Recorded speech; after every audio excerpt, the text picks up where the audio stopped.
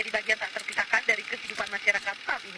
Ribuan lowongan kerja online paruh waktu marak bertebaran di media sosial. Banyak akun-akun pribadi yang tidak jelas profilnya lalu lalang di beranda Instagram. Musikus sekaligus politikus Dhani Ahmad Prasetyo alias Ahmad Dhani divonis 1,5 tahun penjara karena dianggap melakukan tindak pidana ujaran kebencian yang diatur dalam Undang-Undang ITE.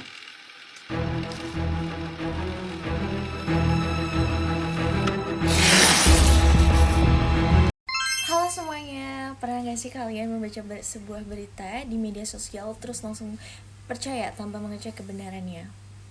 Atau mungkin pernah melihat sebuah postingan yang isinya sangat meyakinkan, padahal ternyata itu cuma pendapat seseorang, bukan fakta. Kalau pernah, berarti kalian gak sendirian. Di era digital seperti sekarang ini, informasi datang sangat cepat.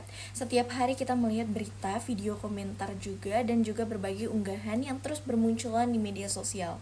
Masalahnya kita tidak semua informasi yang kita lihat itu benar. Ada juga yang fakta, tetapi ada juga yang hanya opini.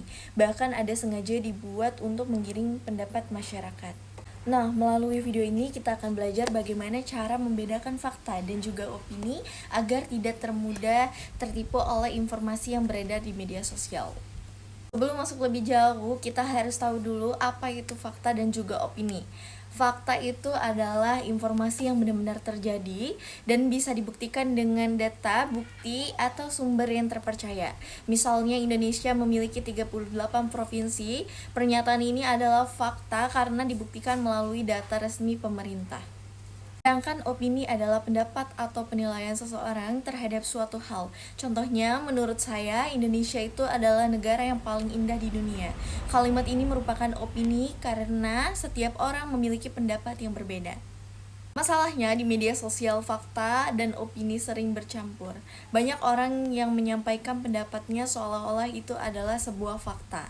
Karena disampaikan dengan sangat meyakinkan, akhirnya banyak orang langsung percaya tanpa mencari tahu kebenarannya terlebih dahulu. Misalnya ada unggahan yang mengatakan bahwa suatu makanan itu bisa menyembuhkan semua penyakit. Bahkan banyak orang yang langsung membagikan informasi tersebut karena terlihat meyakinkan. Padahal setelah dicek ini ternyata tidak ada penelitian atau bukti ilmiah yang mendukung klaim tersebut. Ini menunjukkan betapa pentingnya kita memeriksa informasi sebelum mempercayainya. Lalu kenapa masih banyak orang yang mudah tertipu informasi? Salah satu penyebabnya itu adalah karena kita sering hanya membaca judul tanpa membaca isi berita secara lengkap. Ada juga yang langsung percaya karena informasi tersebut sudah viral atau dibagikan oleh banyak orang, padahal informasi yang viral itu belum tentu benar. Selain itu, banyak juga orang yang ingin menjadi yang pertama membagikan berita sehingga lupa melakukan pengecekan terlebih dahulu.